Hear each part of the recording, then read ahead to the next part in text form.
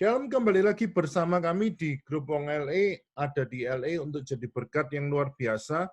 Satu kesempatan bahwa hari ini kita akan belajar sama-sama dari kitab Titus, di mana kita terus menggali firman Tuhan melalui kitab-kitab yang ada untuk kami bisa diperlengkapi, untuk kita bisa menjadi saluran berkat bagi setiap para pendengar yang melihat channel ini.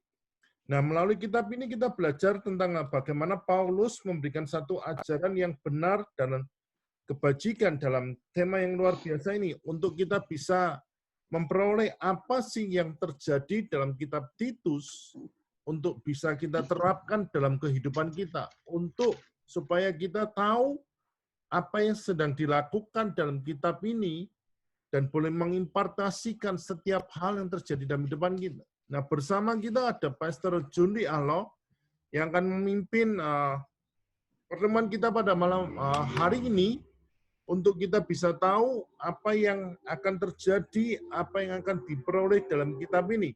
Nah, sebelum kita menyerahkan kepada hambanya, mari sama-sama kita berdoa terlebih dahulu. Kau Tuhan yang luar biasa, Kau Tuhan yang ajaib, Kau Tuhan yang sungguh dahsyat dalam kehidupan ini, kami bersyukur buat kebaikan-Mu yang selalu baru dalam kehidupan kami, dan kami akan belajar dengan kebenaran firman-Mu, Tuhan. Biar firman-Mu menjadikan rema dalam kehidupan kami, untuk kami tetap menyala-nyala mencintai Tuhan, untuk kami tetap mengasihi Tuhan apa adanya Tuhan. Biar melalui firman-Mu dalam kitab Titus ini boleh menjadikan berkat yang luar biasa, dan kami boleh diberkati Tuhan. Kami menyerahkan acara ini hanya kepada tangan-Mu, hanya dalam nama Yesus, haleluya. Amin. Waktu selanjutnya kami serahkan kepada hambanya, Pastor Jundi. Ya. Terima kasih, Pastor Senfri. Shalom. Kita berjumpa kembali dalam channel ini, dalam tayangan ini. Dan saya percaya kita semua akan diberkati dalam anugerah Tuhan dan segala kebaikan Tuhan. Jadi jangan lupa subscribe, forward, likes, komen, kasih tanggapan. Kalau Anda perlu didoakan juga, Anda bisa menghubungi kami di akhir biasanya ada email atau ada nomor telepon yang bisa Anda hubungi. Dan jangan lupa, sekali lagi Anda mendukung kami lewat subscribe, lewat forward, supaya makin banyak orang yang bisa menjadi berkat, mendapatkan berkat dari tayangan ini, dari channel ini. Dan kita terus akan terbantu, terdukung, karena kita bersama-sama mengerjakan bagian ini untuk sebuah pelayanan kita kepada Kristus Tuhan.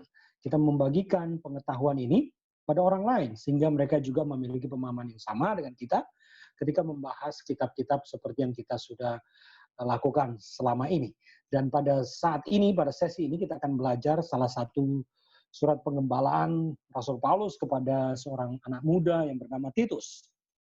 Jadi ada 3 surat pengembalaan yang ditulis oleh Paulus kepada 2 orang anak muda. Yang pertama 1 Timotius, kemudian 2 Timotius, dan yang ketiga adalah Titus.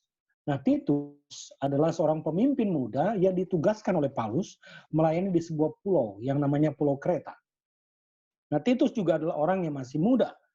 Seperti juga Timotius, orang-orang muda pada zaman Israel, pada masa itu, orang-orang Israel, itu tidak dianggap masih hijau, ya, dianggap masih belum banyak pengalaman, dianggap masih muda, nggak layak memimpin orang-orang yang lebih tua dari mereka. Dan ini kondisi yang bisa kita rasakan juga di tengah-tengah masyarakat dalam dunia sekarang, kan? Kalau ada pemimpin muda, kemudian memimpin orang yang lebih tua, itu ada perasaan yang agak sulit ya diucapkan barangkali, tetapi itu kita rasakan. Ini anak masih muda, melayani atau mengajar kita yang sudah tua, sudah 60 atau sudah 65 tahun atau 70 tahun. Sementara dia mungkin masih 30 atau masih 25. Masih muda, masih jauh. Tetapi persoalan ini tidak mematahkan semangat Paulus untuk menggembalakan, mementor 2 pemimpin muda ini. Maka Paulus mengirimkan surat kepada Timotius dan juga Titus pada saat yang kita akan bahas pada saat ini. Jadi surat Titus ini ditulis kira-kira tahun 65 atau 66 Masehi dengan sebuah topik tema itu yaitu ajaran yang benar dan kebajikan. Itu yang diajarkan oleh Paulus kepada Titus supaya dia konsisten terhadap ajaran yang benar. bukan ajaran yang keliru, kepada Injil yang sejati, Injil yang original, Injil yang asli, bukan Injil yang dikompromikan dengan ajaran-ajaran lain, bukan hikmat manusia, tetapi Injil yang datang dari Tuhan, yang diterima oleh Titus melalui Paulus sebagai rasul Tuhan. Nah, ini yang diberitakan, ini yang disampaikan, ini yang dipegang oleh Titus, yang disampaikan oleh Paulus kepada dia untuk menjadi modal bagi Titus melayani di Pulau Kreta. Nah, pertanyaannya adalah siapakah Titus? Titus adalah orang yang bertobat dalam hasil pelayanan Paulus. Ada yang mengatakan dia itu saudaranya Lukas. Lukas itu siapa? Lukas adalah penulis Injil Lukas dan penulis kitab Kisah Para Rasul. Jadi Titus ini adalah saudaranya Lukas. Dan mereka itu dilayani Paulus sehingga bertobat dan menjadi anak didik, anak rohani dari Paulus. Bersama dengan Timotius dan yang lain ya. Dan itulah sebabnya Paulus memberikan kepercayaan kepada Titus untuk menggantikan peran Paulus, ditempatkan di Pulau Kreta menjadi pemimpin rohani. Pemimpin muda, spiritual leader di jemaat di Pulau Kreta. Nah, kita tahu orang-orang Kreta itu terkenal garang ya, terkenal malas juga. Dan Paulus menempatkan Titus untuk melayani mereka yang ada di sana. Nah, apa tujuan Paulus menuliskan surat kepada Titus? Ada 4 tujuan. Yang pertama adalah menata apa yang ditinggalkan oleh Paulus di Kreta, termasuk menetapkan penatua. Jadi Titus diminta oleh Paulus untuk menetapkan penatua. Siapa itu penatua? Itu mirip dengan majelis atau pengurus gereja atau orang-orang yang menjadi penolong pemimpin rohani di situ ya. Diaken, syamas, penatua atau elders itu adalah orang-orang yang menolong pendeta atau pemimpin rohani di sebuah gereja misalnya ya. Jadi Paulus mengirimkan Titus supaya dia menetapkan penatua, menetapkan majelis sebagai supporter, penolong, pendukung dalam pelayanan di Pulau Kreta itu. Nah, itu tujuannya. Yang kedua adalah membantu jemaat dalam pertumbuhan iman, pengetahuan akan kebenaran dan kesalehan. Jadi ada 3, pertumbuhan iman, kebenaran, pengetahuan kebenaran dan kesalehan. Iman harus bertumbuh, kebenaran harus juga bertumbuh, pengetahuan kita harus terus diperdalam dalam kebenaran firman Allah. Lalu kesalehan itu personal kita harus saleh, suci, kudus, tidak bercacat di hadapan Tuhan. Itu kriteria para pemimpin tinggi sekali. Ya, dia bertumbuh dalam iman, dia mengetahui kebenaran, dan dia orang saleh. Wah, itu 3 kriteria yang luar biasa. Bertumbuh dalam iman, pengetahuan yang benar, dan saleh. Wah, itu yang diminta oleh Paulus kepada Titus untuk diajarkan kepada jemaat di Pulau Kreta. Bertumbuh dalam 3 hal itu. Lalu yang ketiga adalah membungkam guru-guru palsu. Ya, menjelaskan kepada mereka bahwa apa yang mereka ajarkan itu salah, itu keliru. Kalau Anda menyukai dialog antar agama, Anda bisa nonton YouTube-nya Christian Prince. Dia ahli di dalam agama Kristen, lalu dia menantang semua orang-orang yang mencoba untuk menggugat iman Kristen, khususnya dari agama lainnya. Christian Prince itu luar biasa. Yang kedua yang barusan meninggal kemarin, itu namanya Ravi Zacharias, seorang apologet Kristen yang betul-betul menguasai iman Kristen, menguasai pengetahuan kebenaran yang baik, lalu orang yang saleh yang patut dicontoh dan ditiru. Lalu mereka mempertahankan, ya berdebat, berdialog dengan orang-orang yang bukan Kristen. Tapi mereka sangat saleh dan sangat imannya kuat sekali, sangat teruji pengetahuan kebenarannya. Dan kita harus membungkam guru-guru palsu itu, yang mengajarkan ajaran sesat itu, supaya kita bisa menyelamatkan domba-domba Tuhan. Sebab kalau enggak nanti serigala yang memangsa mereka. Saya beri contoh beberapa ajaran yang menyimpang dari ajaran kekristenan yang ada di sekitar kita.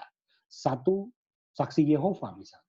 2, Mormon. Saya pernah berdebat dengan orang Mormon, lalu saya diberi Alkitab Mormon, Kitab Mormon. Tapi saya menjelaskan bahwa apa yang mereka yakini itu keliru. Nabi mereka namanya Joseph Smith. Lalu penganut nama Allah sekarang yang ganti-ganti semua nama Allah jadi Elohim atau Yahweh itu. Lalu Christian Science, teologi modern, Children of God. Banyak sekali itu ajaran-ajaran palsu, ajaran sesat yang mencoba mempengaruhi kita. Nah, kalau kita nggak mendalam dalam pengajaran firman, kita akan mudah sekali ditipu. Mudah sekali diombang-ambingkan oleh rupa-rupa angin pengajaran. Maka kita harus bertahan di dalam pengajaran iman, kita harus kuat mendalam supaya kita nggak mudah ditipu. Karena kita tahu iblis itu bapa segala penipu dan pembohong. Dia yang bisa menipu Adam dan Hawa sehingga jatuh dalam dosa. Dia bisa menipu orang modern sekarang dengan menyaru atau menyamar seperti malaikat terang, padahal dia serigala. Yang kemudian memangsa domba-domba Tuhan. Nah, kita sebagai pemimpin rohani, kita sebagai pemimpin seperti Timotius dan seperti Titus ini harus menjaga jemaat supaya tidak dimangsa oleh serigala itu. Tidak dimangsa oleh ajaran sesat itu. Tidak dimangsa oleh guru-guru palsu itu. Nah, tujuan Paulus menulis kepada Titus supaya dia menjaga jemaat Tuhan di Pulau Kreta itu supaya tidak dipengaruhi oleh guru-guru palsu. Dan yang keempat, tujuan dari Paulus menulis kepada Timotius adalah menguatkan Timotius. Paulus setelah ia digantikan oleh Artemas dan Tikhikus mengirim Timotius sebagai perwakilannya di Pulau Kreta untuk melayani. Ya. Supaya ada pemimpin rohani yang bisa mengarahkan jemaat di sana. Maka Paulus memberikan tugas itu kepada Titus. Ada 4 pokok yang penting dalam surat Titus ini. Yang pertama adalah menginstruksikan Titus mengenai tabiat dan syarat rohani yang diperlukan bagi mereka yang dipilih untuk menjadi penatua jemaat di dalam gereja. Penatua haruslah orang yang saleh, yang sudah terbukti sifatnya saleh, berhasil menuntun keluarganya sendiri. Jadi kriteria dari penatua itu ditulis oleh Paulus kepada Titus untuk membantu pelayanan Titus. Paulus juga menyuruh Titus untuk mengajarkan doktrin yang benar serta membungkam dan menegur para guru-guru palsu itu. Di dalam surat ini Paulus memberikan 2 rangkuman tentang ajaran yang sehat di dalam Titus 2 dan Titus 3 itu. Membungkam, tidak menerima ajaran yang palsu, tetapi ajaran yang sehat saja yang kita terima. Kemudian Paulus menggambarkan untuk Titus peranan yang patut dilakukan untuk laki-laki yang sudah tua, wanita yang sudah tua, wanita yang masih muda, para pemuda, para budak. Dan akhirnya Paulus menekankan kebajikan dan kehidupan yang benar yang harus dimiliki oleh seorang pemimpin di dalam iman yang sejati. Jadi Paulus memberikan pengarahan-pengarahan praktis dalam hal melayani jemaat. Kepada yang tua harus bagaimana, kepada yang muda harus bagaimana, kepada para janda bagaimana, kepada ibu-ibu bagaimana, kepada para budak bagaimana. Itu adalah pengetahuan praktis yang diberikan oleh Paulus kepada Titus supaya dia dapat bersikap dan menjaga dirinya supaya tidak ada celah yang bisa dituduhkan oleh orang lain dalam pelayanan Titus di Pulau Kreta. Dan ada beberapa rangkuman besar yang kita bisa lihat di dalam surat Titus ini. Yang pertama, ini hanya 3 pasal 1, 2, dan 3. Yang pertama adalah Paulus memberikan arahan mengenai tugas para penatua. Dia menulis kepada Titus untuk syarat-syarat pengangkatan penatua. Dibagi menjadi 2. Kualitas pribadinya dan keluarganya bagaimana. Calon penatua itu harus masuk dalam kriteria apa secara pribadi. Ada banyak di sini yang menjadi syarat seorang pengurus atau menjadi syarat majelis. Dia harus tidak bercacat, pelayanan dapat dipercaya, tidak angkuh, bukan pemberang, bukan peminum, bukan pemarah, tidak serakah, suka memberi tumpangan, suka akan yang baik, bijaksana, adil, saleh, berpegang pada perkataan yang benar, sanggup menasihati berdasarkan ajaran, dan sanggup meyakinkan para penentangnya. Itu kualifikasi yang harus dimiliki oleh pengurus, sebagai majelis, sebagai penatua, sebagai elders, untuk memiliki kualifikasi pribadi yang luar biasa ini. Bukan orang sombong, tidak bercacat, dapat dipercaya, bukan peminum, bukan pemarah, tidak serakah. Suka memberi tumpangan, suka akan yang baik, bijaksana, adil, berpegang pada perkataan yang benar, bisa menasehati dengan ajaran yang baik, sanggup meyakinkan para penentangnya. Itu kriteria, itu ciri pribadi, kualifikasi pribadi yang harus dimiliki oleh seorang pengurus gereja atau majelis. Secara keluarga bagaimana? Dia harus memiliki hanya satu istri, bukan 2 istri, 3 istri, atau 4 istri. Hanya satu istri, karena pernikahan Kristen adalah monogami, satu istri, satu suami. Anak-anaknya hidup beriman, jadi anak-anaknya itu saleh juga. Jangan bapaknya hamba Tuhan, anaknya preman misalnya. Anaknya narkoba, anaknya pergaulan bebas. Itu mengerikan sekali. Anaknya harus hidup beriman. Yang ketiga, anak-anaknya harus hidup tertib. Bukan anak-anak yang hidup sembarangan, tidak karu-karuan, tidak senonoh. Itu jadi teladan bagi para pemimpin. Supaya orang tidak kemudian mencibir. Lah anak-anaknya saya begitu, bagaimana menjadi pemimpin rohani? Anak-anaknya nggak terurus misalnya. Nggak bisa begitu. Jadi itu kualifikasi keluarga juga harus diperhatikan selain kualifikasi pribadi. Ini hampir mirip dengan 1-2 Timotius. Paulus menekankan lagi, menuliskan lagi kepada Titus. Syarat untuk menjadi pelayan gereja, pelayan Tuhan, menjadi majelis, pengurus gereja itu sangat tinggi sekali. Nah sekarang bagaimana? Orang diangkat pengurus. Biasanya adalah orang kaya, orang berpengaruh, orang yang banyak duit, orang yang berpangkat, orang yang dianggap hebat, begitu. Tidak begitu. Kita harus memiliki kualifikasi yang luar biasa dalam hidup kita. Sehingga kita menjadi orang-orang yang layak dan patut untuk melayani. Yang kedua, selain kriteria penetapan penatua, Paulus memberikan arahan kepada Titus untuk mengenal para guru-guru palsu itu. Caranya bagaimana? Lihat tabiat mereka, kelakuan mereka bagaimana, dan tegur mereka. Kalau ada orang yang mau menyimpangkan iman jemaat harus ditegur. Jangan dibiarkan. Jangan nggak enak, harus ditegur.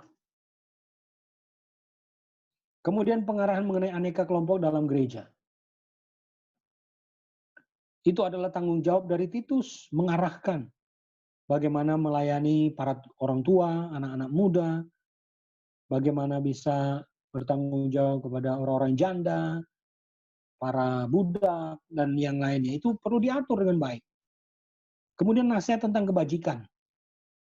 Bagaimana kelakuan kita dengan sesama kita, itu harus dilihat. Bagaimana kelakuan kita dengan interaksi dengan orang lain. Harus menjaga diri, harus sopan. Tidak sembarang-sembarang begitu. Tetapi betul-betul bisa menjaga diri kita di hadapan Tuhan. Karena kita semua sudah diselamatkan. Ada kewajiban dari orang tua, pemuda, dan hamba. Misalnya pasal 2 ayat 1. Tetapi engkau beritakanlah apa yang sesuai dengan ajaran yang sehat. Laki-laki yang tua hendaklah hidup sederhana, terhormat, bijaksana, sehat, dalam iman, dalam kasih, dalam keteguhan. Demikian juga perempuan-perempuan yang tua. Hendaklah mereka hidup sebagai orang-orang tua yang beribadah. Jangan memfitnah, jangan menjadi hamba anggur. Tetapi cakap mengajar hal-hal yang baik. Dengan demikian mendidik perempuan-perempuan muda, mengasihi suami dan anak-anaknya. Hidup bijaksana dan suci. Rajin mengatur rumah tangganya, baik hati dan taat kepada suaminya, agar firman Allah jangan dihujat orang. Demikian juga orang-orang muda, nasihatlah mereka supaya mereka menguasai diri dalam segala hal. Dan jadikanlah dirimu sendiri suatu teladan dalam berbuat baik. Hendaklah engkau jujur dan bersungguh-sungguh dalam pengajaranmu. Jadi Paulus meminta kepada Titus untuk menjadi teladan. Sungguh-sungguh bisa meneladani Rasul Paulus dan meneladani Tuhan. Menjadi berkat bagi orang-orang lain. Kepada sesama jemaat untuk betul-betul menjadi pola, menjadi contoh, menjadi teladan yang luar biasa dalam kehidupan praktis kita. Supaya kita betul-betul memiliki kriteria yang sangat tinggi sebagai seorang Kristen, sebagai seorang hamba Tuhan, sebagai seorang yang menjadi perwakilan Tuhan di tengah-tengah dunia ini. Karena kita semua sudah diselamatkan. Apa gunanya kita diselamatkan? Titus 2 ayat 11 sampai 15 berkata demikian, saya baca ya. Karena kasih karunia Allah yang menyelamatkan semua manusia sudah nyata. Ia mendidik kita supaya kita meninggalkan kefasikan dan keinginan-keinginan duniawi. Dan supaya kita hidup bijaksana, adil, dan beribadah di dalam dunia yang sekarang ini. dengan menantikan penggenapan pengharapan yang penuh dengan bahagia dan penyataan dan kemuliaan Allah yang Maha Besar, Juru Selamat kita Yesus Kristus, yang telah menyerahkan dirinya bagi kita untuk membebaskan kita dari segala kejahatan, untuk menguduskan bagi dirinya suatu umat kepunyaan sendiri yang rajin berbuat baik. Beritakanlah semuanya itu, nasihatilah dan yakinkanlah orang dengan segala kewibawaanmu. Janganlah ada orang yang menganggap engkau rendah. Ini adalah kualifikasi yang diminta oleh Paulus kepada Titus supaya dimainkan sebagai peran oleh Titus. Sehingga ketika dia melayani di Pulau Kreta, tidak ada yang bisa menggugat dia. Tetapi dengan sangat semangat, dengan sangat bertanggung jawab, dia bisa menjalankan fungsi dan perannya dengan baik. Ketika itu dilakukan, maka nama Tuhan akan dipermuliakan. Ketika itu dilakukan, maka segala sesuatu mendatangkan kemuliaan bagi nama Tuhan. Beritakanlah semuanya itu. Nasihatilah dan yakinlah orang dengan segala kewibawaanmu. Janganlah ada orang yang menganggap engkau rendah. Sama seperti Timotius, Paulus juga memberikan tekanan kepada Titus supaya tidak ada orang yang bisa menganggap Titus itu rendah. Jadilah berwibawa. Jangan ada orang yang menganggap engkau rendah.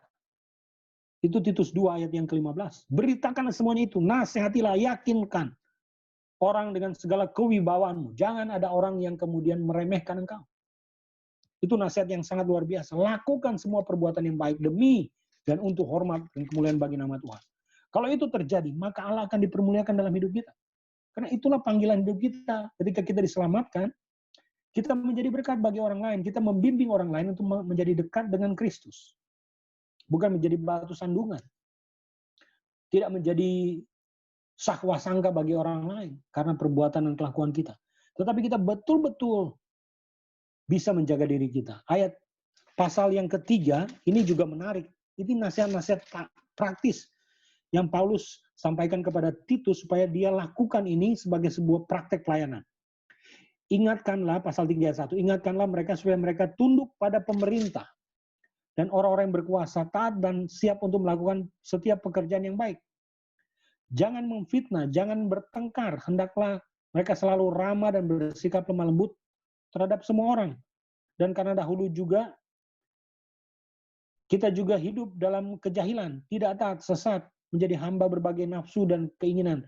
Hidup dalam kejahatan, kedengkian, keji, dan saling membenci. Tetapi, ketika nyata kemurahan Allah Juru Selamat kita dan kasih-Nya kepada manusia, pada waktu itu Dia telah menyelamatkan kita. Bukan karena perbuatan baik kita yang kita lakukan, tetapi karena rahmat-Nya. Oleh permandian, kelahiran kembali, dan oleh pembaruan yang dikerjakan oleh Roh Kudus, yang sudah dilimpahkannya kepada kita oleh Yesus Kristus Juru Selamat kita. Supaya kita sebagai orang yang dibenarkan oleh kasih karunia-Nya, berhak menerima hidup yang kekal, sesuai dengan pengharapan kita. Perkataan ini benar dan aku mau supaya engkau dengan yakin menguatkannya, agar mereka yang sudah percaya kepada Allah sungguh-sungguh berusaha untuk melakukan pekerjaan yang baik itu. Itulah yang baik dan yang berguna bagi manusia. Tetapi hindarilah persoalan-persoalan dicari-cari yang bodoh, ya persoalan perselisihan, percekcokan, pertengkaran mengenai hukum Taurat, karena semua itu tidak berguna dan sia-sia. Seorang bidat yang sudah 2 kali kau nasihati, hendaklah engkau jauhi. Kau tahu bahwa orang yang semacam itu benar-benar sesat, dan dengan dosanya ia menghukum dirinya sendiri. Jadi Paulus memberikan nasihat, kehidupan praktis untuk jadi berkat bagi orang lain. Kehidupan teladan yang harus jadi berkat. Jangan bertengkar. Kalau orang-orang yang sesat sudah ditegur 1-2 kali, ya udahlah, tinggalkan, jauhi orang itu. Jangan lagi bergaul dengan orang itu. Biar dia menanggung dosanya sendiri. Dan itu kata Paulus.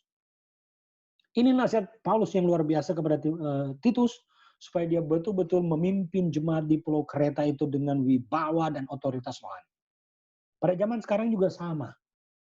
Kalau kita ingin menjadi berkat, menjadi terang, menjadi garam dunia, kita harus memperlakukan diri kita itu sopan, baik, dan betul-betul jadi berkat bagi orang lain.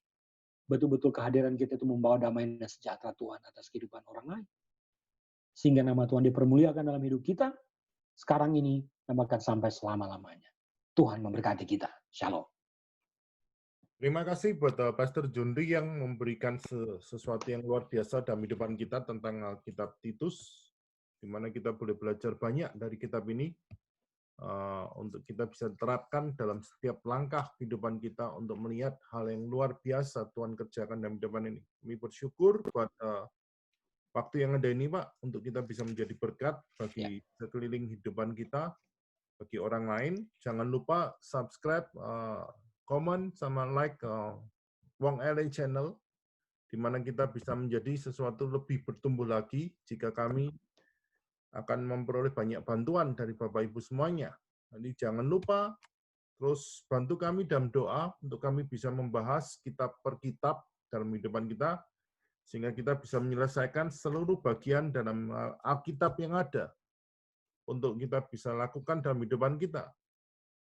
Dan kita bisa menjadi saksi, untuk kita bisa menjadi berkat yang luar biasa dalam setiap sekeliling kehidupan kita. Terus bantu kami dalam doa untuk kami bisa mengimpartasikan apa yang Tuhan kerjakan dalam kehidupan kami dan boleh mengimpartasikan setiap hal dalam kehidupan Bapak Ibu semuanya untuk jadi berkat yang luar biasa. Bersama ini kami bersyukur buat cinta kasih Tuhan yang luar biasa untuk kami boleh membahasnya satu persatu untuk kami bisa diperlengkapi semakin hari makin luar biasa. Terima kasih Pak buat waktu dan kesempatan yang ada untuk kami bisa membahas satu persatu kitab yang ada. Kami berdoa supaya Tuhan memampukan kita untuk melihat hal yang luar biasa lagi untuk kami bisa terapkan dalam depan ini. Nah, sebelum kami tutup, mari sama-sama kita berdoa. Oh Tuhan yang luar biasa baik, terima kasih buat anugerah-Mu, terima kasih buat waktu-Mu yang luar biasa. Secara simpel kami boleh membahas kitab Titus, di mana kami boleh belajar dari Paulus untuk kami bisa terapkan dalam kehidupan kami, dalam pelayanan kami, untuk kami bisa memperlihatkan sesuatu yang besar terjadi dalam kehidupan ini. Kami bangga punya Tuhan yang ajaib, kami bangga punya Tuhan yang sungguh dahsyat dalam kehidupan ini, biar kami boleh diberkati dan kami boleh menjadi saluran berkat. Terima kasih Tuhan, buat kesempatan yang ada kami mengucap syukur, dalam nama Yesus, haleluya. Amin. Amin. Amin. Sekali lagi terima kasih buat Pak Joni, buat waktu yang ada. Tuhan Yesus memberkati. Sampai ketemu kita di lain kesempatan. Shalom. Shalom.